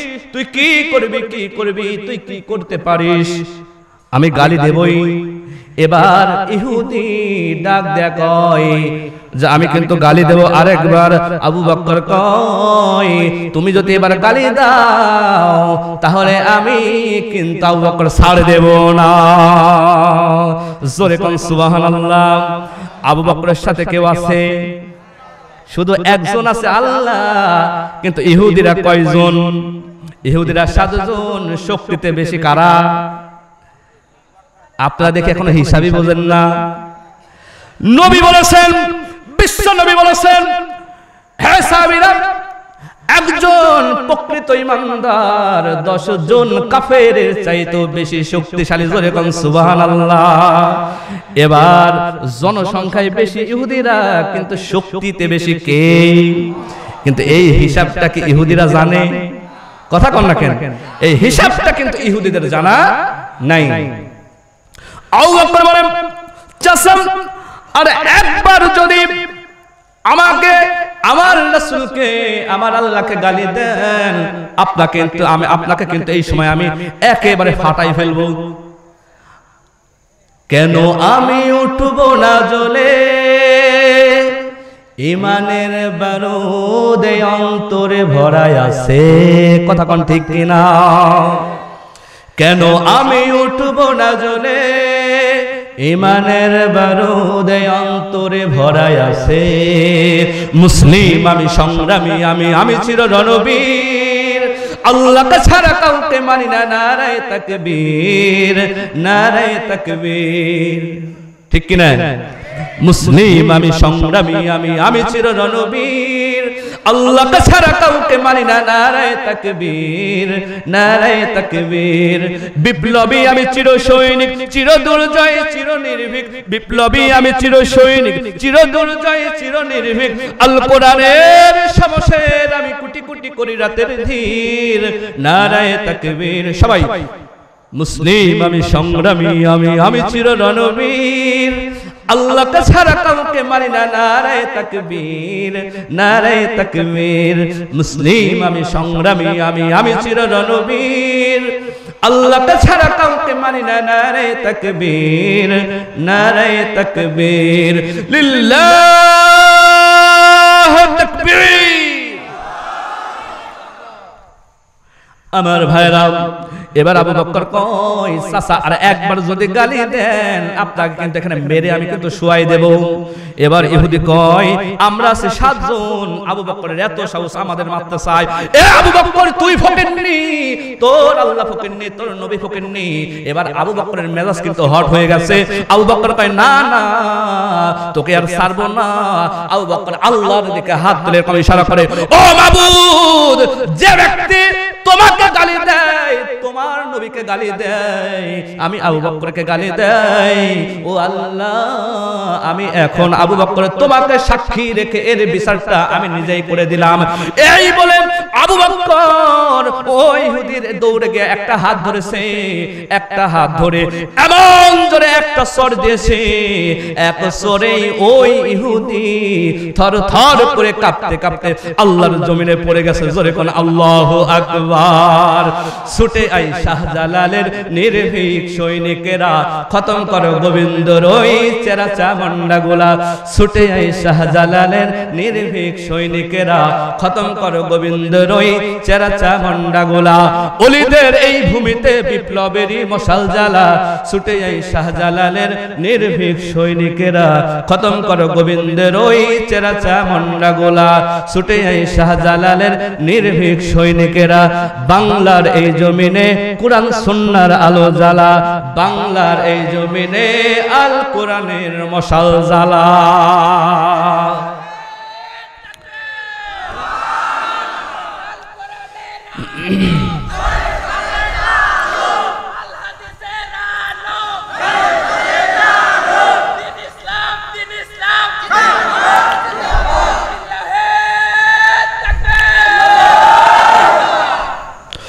আমার ভাইরা এবার কি হয় শুনেন আবু বকর যখন একটা সর মেরে দিয়েছে এই বাকি 6 ইহুদি আর আছে কথা কম না কেন বাকি 6 ইহুদি যে কোথায় পালাইছে তাদের লেজও আর দেখা যায় না এবার আবু বকর এদিক ওদিক তাকায় গেল কোথায় কেউ নাই আবু বকর এবার হাঁটুটা গেড়ে দিয়ে মাটির মধ্যে বসে পড়েছেন লুটিয়ে পড়েছেন আবু বকর ডাক দেয়া কয় চাচা আমি তো অন্যায় করে ফেলেছি আমি ভুল করে ফেলেছি ও চাচা আমাকে maaf করে দিন কিন্তু আমার মেজাজটা হট হয়ে গেছে আপনি আমার বাপের বন্ধু কিন্তু আপনাকে আমি মারতাম না কিন্তু আপনাকে এজন্যই মেরেছি আপনি আমার আল্লাহকে গালি দিয়েছেন আমার নবীকে গালি দিয়েছেন এবার ইহুদি কয় ওরে ভাতিজা ভুল তো তুই করো নাই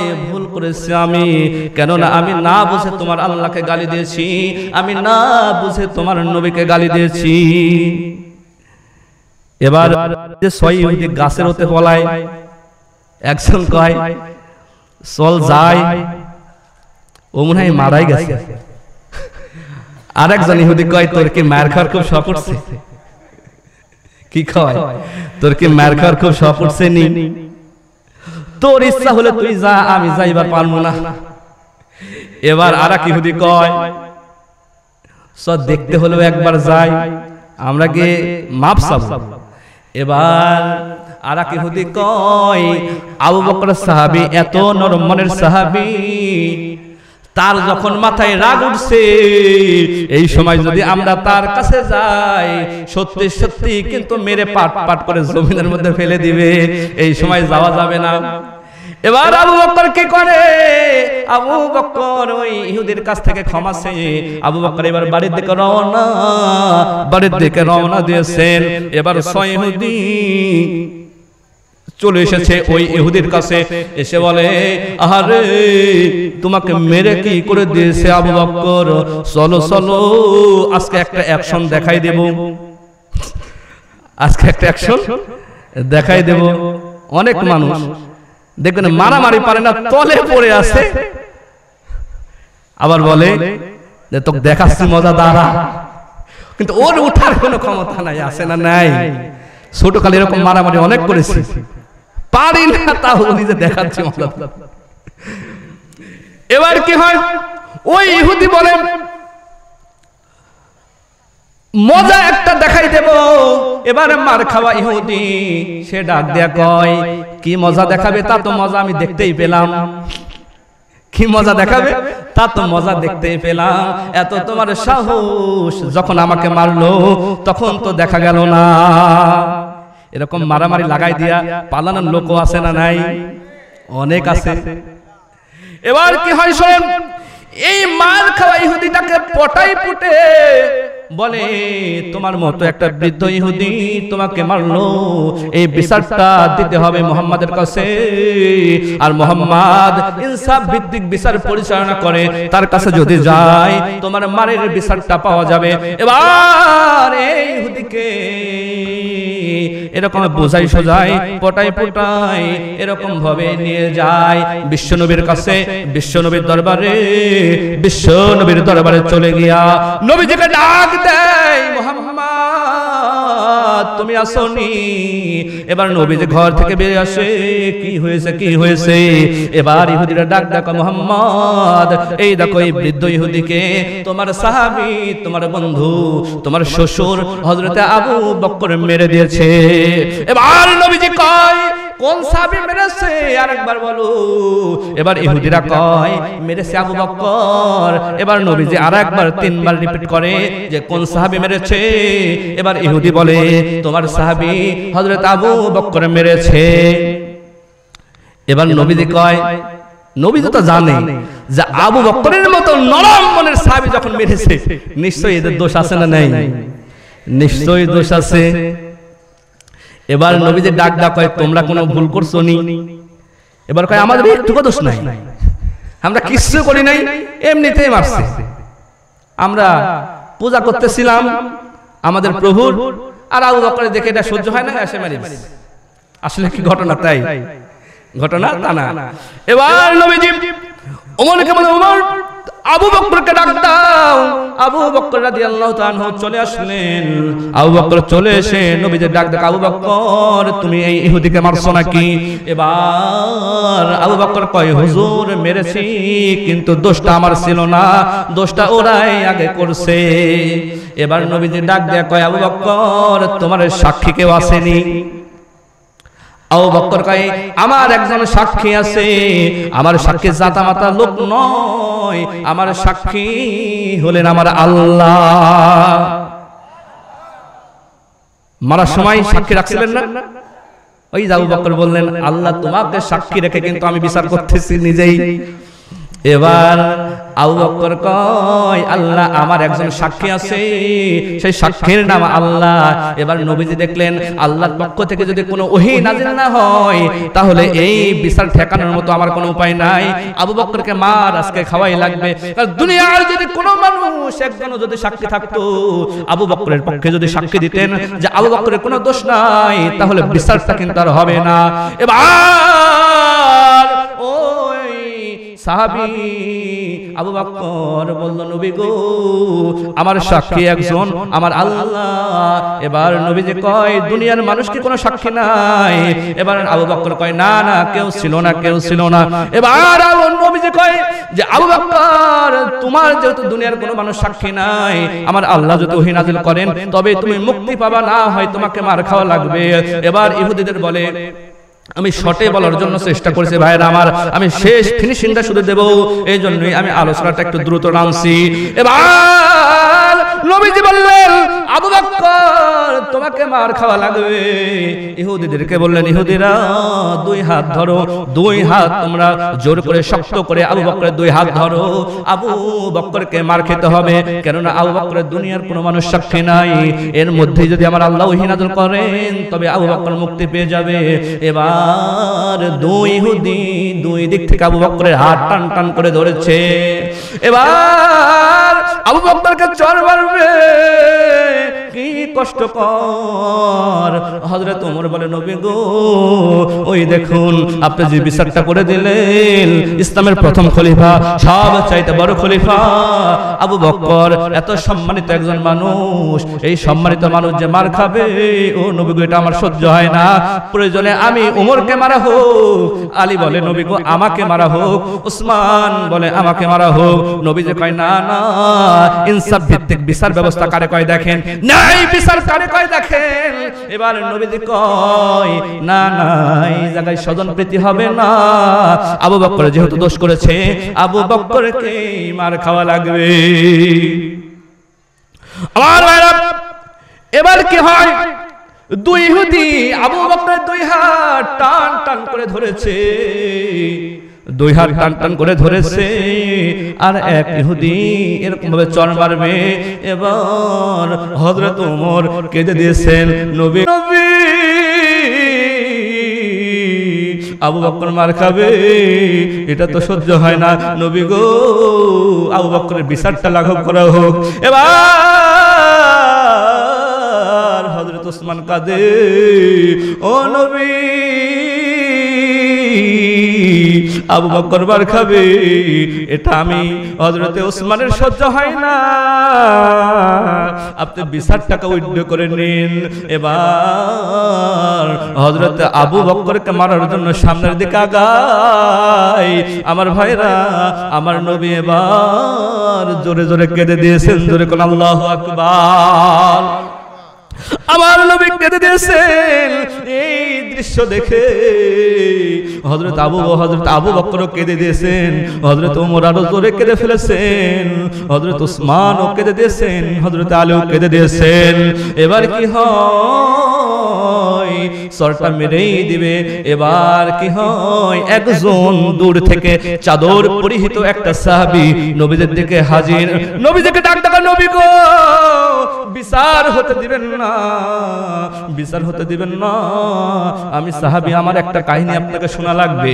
এবার সাহাবীটা চলে আসলো, ওই সাহাবীর নাম ছিল সাদ ইবনে ওয়াক্কাস। কি নাম? সাদ ইবনে ওয়াক্কাস। সকলেই বলতে হবে সাহাবীর নাম কি? সাদ ইবনে ওয়াক্কাস। আপনারা ওয়াজ শুনেন ঠিকই মনে থাকে না, আমি আপনাদেরকে বলাচ্ছি মুখ দিয়ে, এই জন্যই যাতে আপনাদের এই ওয়াজটা মনে থাকে। কতক্ষণ ঠিক কি না? মনে থাকবে নিশ্চয়ই ওয়াজটা। এবার সাদ ইবনে ওয়াক্কাস চলে আসলো নবীদের কাছে, এসে বলে নবী গো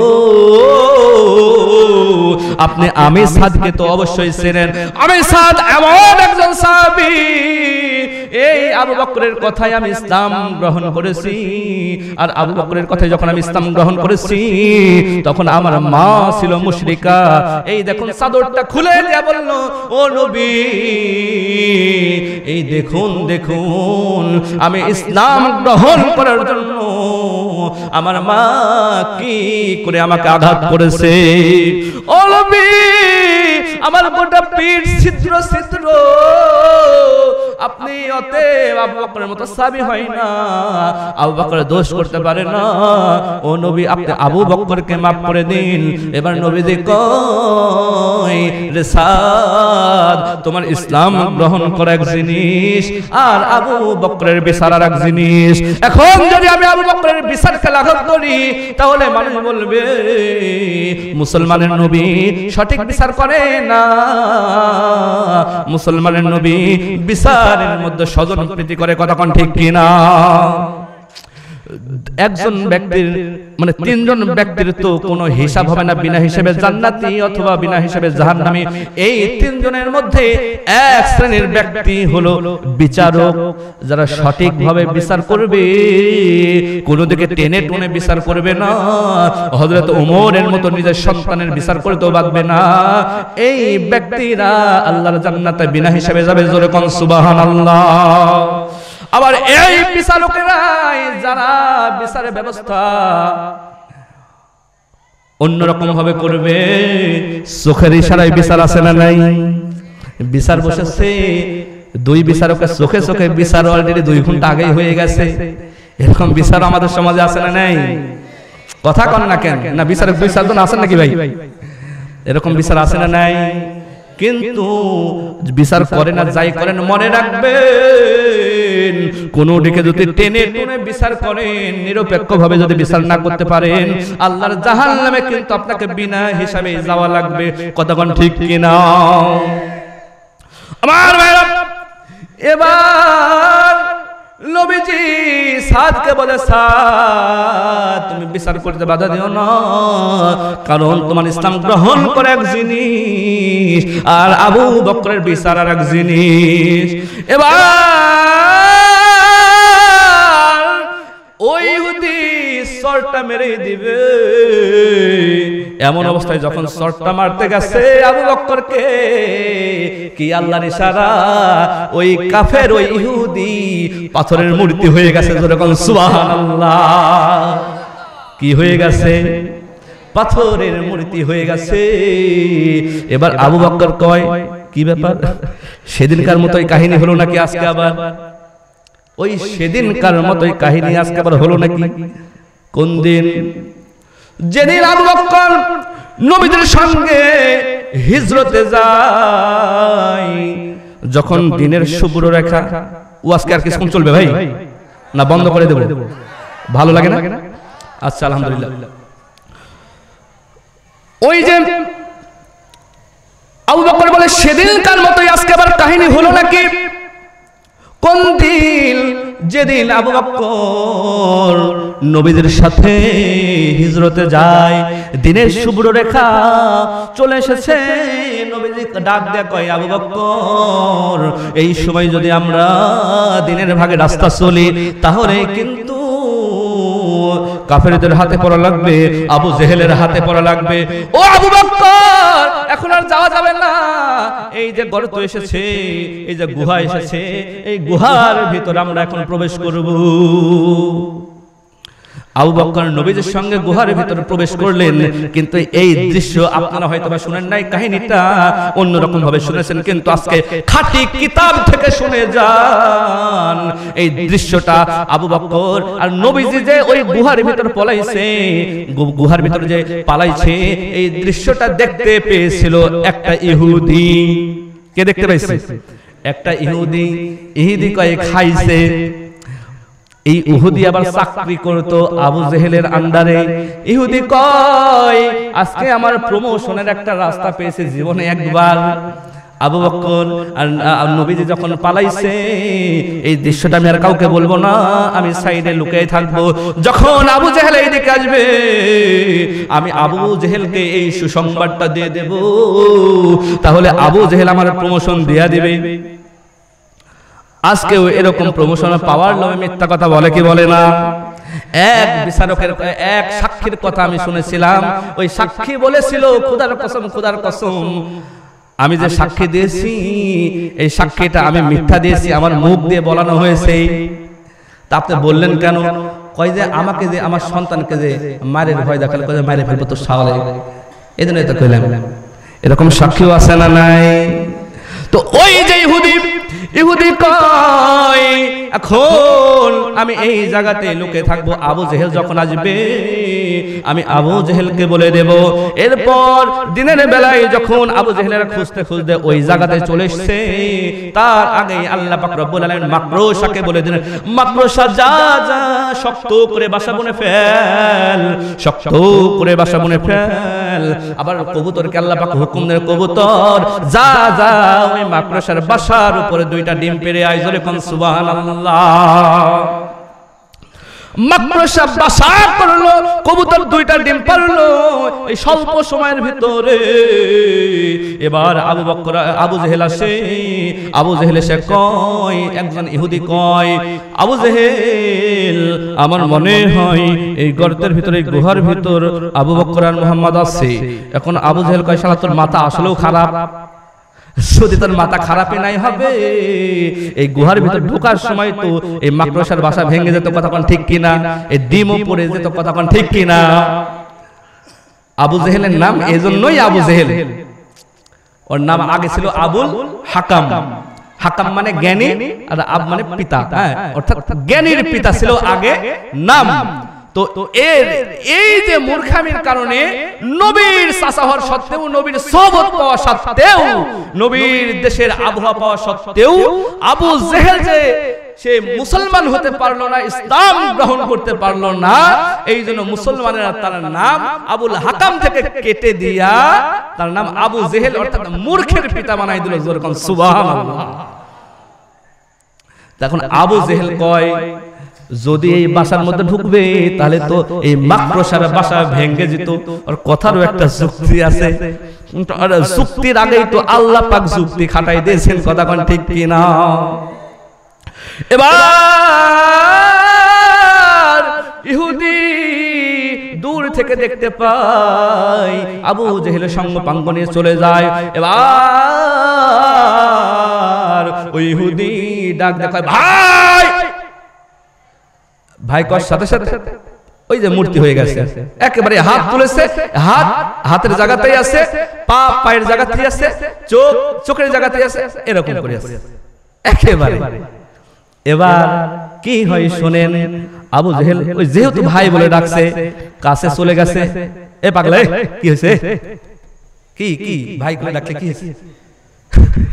এখন নড়েও না চড়েও না, কোনো কথা কয় না। আবু জেহেল এমনিই তো নবীকে খুঁজে পাচ্ছে না, এই জন্য তার ওই যে মেন্টাল পাওয়ারটা হট হয়ে আছে। আবার ডেকে যে কথা কয় না, রাগটা দ্বিগুণ হবে কি হবে না, কথা কয়, রাগটা দ্বিগুণ হয়ে গেছে। আবু জেহেল টাস করে এক চড় মেরে দিয়েছে, জোরে কোন সুবহানাল্লাহ। টাস করে এক চড় মেরে পাগলামি করার সময় পাস না, আবু জেহেল ওই জায়গা থেকে চলে গেছে। এবার ইহুদি কয়, আরে সর্বনাশ, যখন আমি আবু জেহেলকে বলতে গেলাম সাথে সাথে আমি পাথর হয়ে গেলাম, আবার আবু জেহেল চলে গেল, সাথে সাথে আবার আমার জবান ফিরে আসলো, আমি আবার মানুষ হয়ে গেলাম। কি কাহিনী? ইহুদির আর বুঝতে বাকি নাই যে এই ইশারার পিছনে একজন কাজ করছে, তার নাম কি? আল্লাহ। ওই ইহুদি নবীজির গুহার কাছে গিয়ে ডাক দিলেন, নবীজি তাড়াতাড়ি বের হয়ে আসেন, আমি এখনই কালিমা পড়তে চাই, লা ইলাহা ইল্লাল্লাহ, লা ইলাহা ইল্লাল্লাহ, লা ইলাহা ইল্লাল্লাহ। মাতে মক্কা মাতে মিনার মাতে মদিনা, আমরা সেই মায়েরে চিনলাম না। মাতে মক্কা মাতে মিনার মাতে মদিনা, আমরা সেই মায়েরে চিনলাম না। গর্ভধারিণী মা জনম দুঃখিনী মা, গর্ভধারিণী মা জনম দুঃখিনী মা, 10 মাস সইলেন মা গো প্রসবের বেদনা, আমরা সেই মায়েরে চিনলাম না। মাতে মক্কা মাতে মিনার, সবাই মাতে মক্কা মাতে মিনার মাতে মদিনা, আমরা সেই মায়েরে চিনলাম না। লা ইলাহা ইল্লাল্লাহ।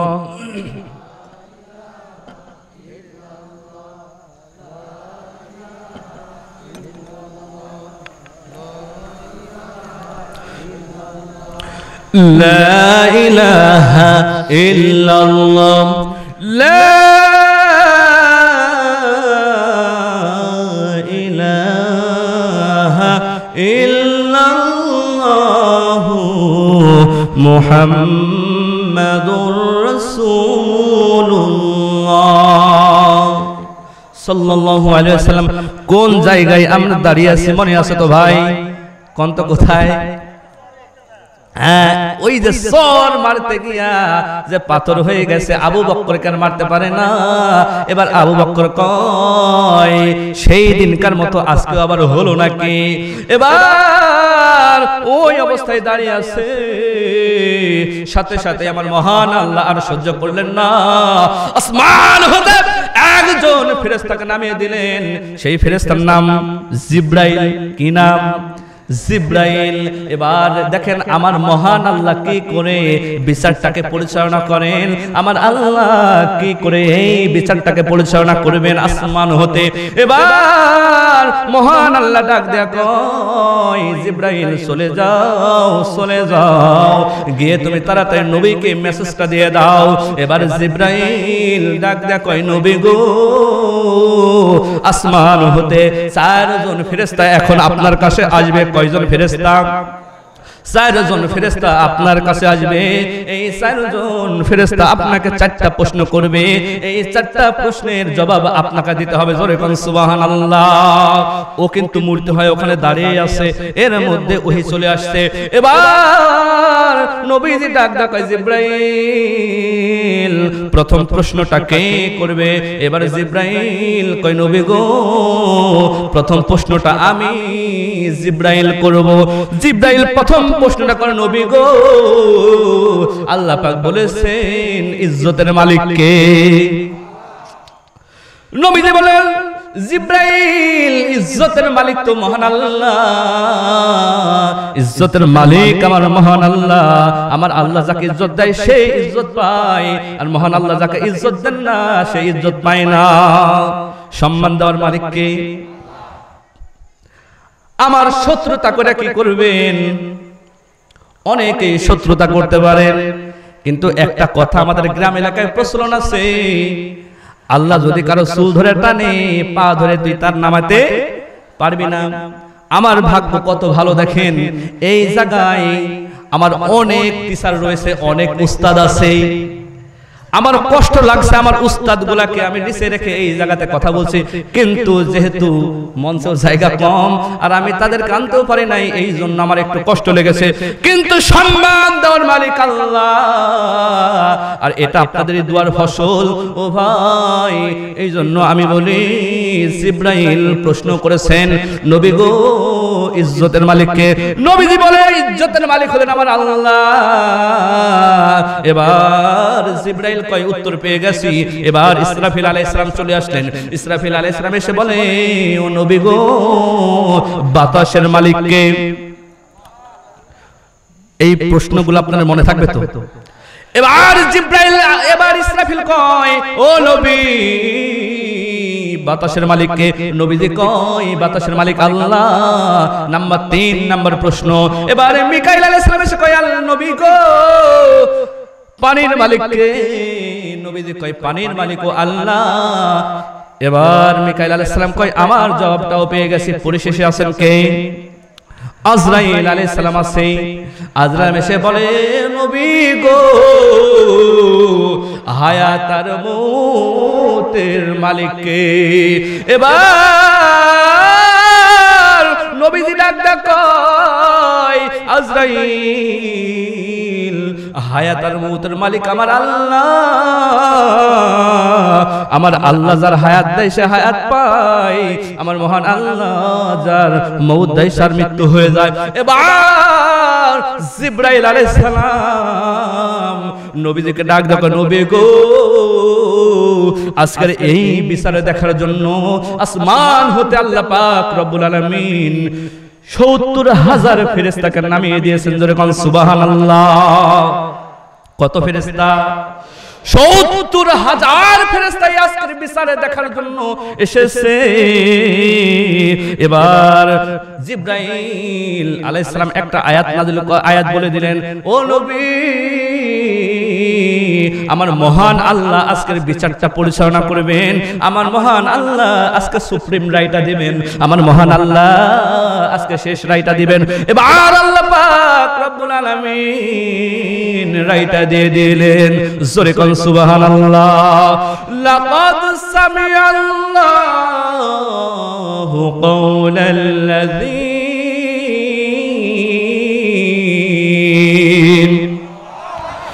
قول الذين قالوا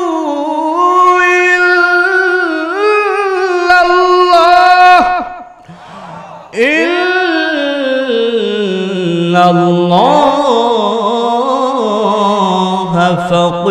فقير ونحن أغنياء। এবার আল্লাহ পাক গো নবী গো, আমার আবু বকরের কোনো দোষ নাই, আমার আবু বকরের কোনো দোষ নাই। আবু বকরকে ওই ইহুদি গালি দিয়েছে, আবু বকর তুই ফকিন্নি, তোর আল্লাহ ফকিন্নি, ফাকিরু ওয়া নাহনু আগনিয়া, তোর নবী ফকিন্নি। জোরে কোন আল্লাহু আকবার। এবার আবু বকর যে সাক্ষী রেখেছিলেন আল্লাহকে, সেই আল্লাহই সাক্ষীটা দিয়ে দিয়েছেন। জোরে কোন সুবহানাল্লাহ। আমার আজকের আলোচনার ওই যে জিকিরের 5টা অর্থ রয়েছে, তার মধ্যে 1 নাম্বার অর্থ কোরআন। আলোচনা করছে কোরআন। জিকিরের 1 নাম্বার অর্থ হইল ইন্না নাহনু নাযালনা যিকরা ওয়া ইন্না লাহু লাহাফিজুন। আল্লাহ পাক বলেছেন নিশ্চয়ই এই জিকির আমি অবতীর্ণ করেছি, এই কিতাব আমি অবতীর্ণ করেছি, এবং এই কিতাবের হেফাজত করব আমি আল্লাহ নিজে। এখন আপনারা কইতে পারেন যে আবু বকরের হেফাজতের সাথে কোরআনের হেফাজতের সম্পর্ক কি ভাই? ও ভাই, মহান আল্লাহ বলেন যারা এই কোরআনের সঙ্গে থাকবে, যারা এই কোরআন নিজের জীবনে বাস্তবায়ন করবে, যারা কোরআন পড়বে, যারা এই কোরআনকে বুকের সঙ্গে লাগাবে, যারা কোরআনকে মহব্বত করবে, যারা কোরআনের আইন অনুযায়ী চলবে, যারা কোরআন সমাজে প্রচার করার জন্য, পরিচালনা করার জন্য, যারা রাষ্ট্রের ভিতর এই কোরআনকে বাস্তবায়ন করার জন্য কোরআনের আইন নিয়ে যারা এরকম আন্দোলন করবে, মহান আল্লাহ বলেন এই ব্যক্তিদেরকে আমার আল্লাহ এভাবে হেফাজত করবে। জোরে কোন সুবহানাল্লাহ। আমরা কোরআন নিয়ে রাজনীতি করব, রাজি আছেন তো? আমরা কোরআন নিয়ে পরিবার নীতি করব, রাজি আছেন তো? আমরা কোরআন নিয়ে সমাজ নীতি করব, রাজি আছেন তো? কোরআন সমাজের মধ্যে, পরিবারের ভিতর, রাষ্ট্রের ভিতর, বিশ্বের ভিতর চালু করবে, এর জন্য আন্দোলন করব। কে কে রাজি? দুহাত উঁচু করে আল্লাহকে দেখা।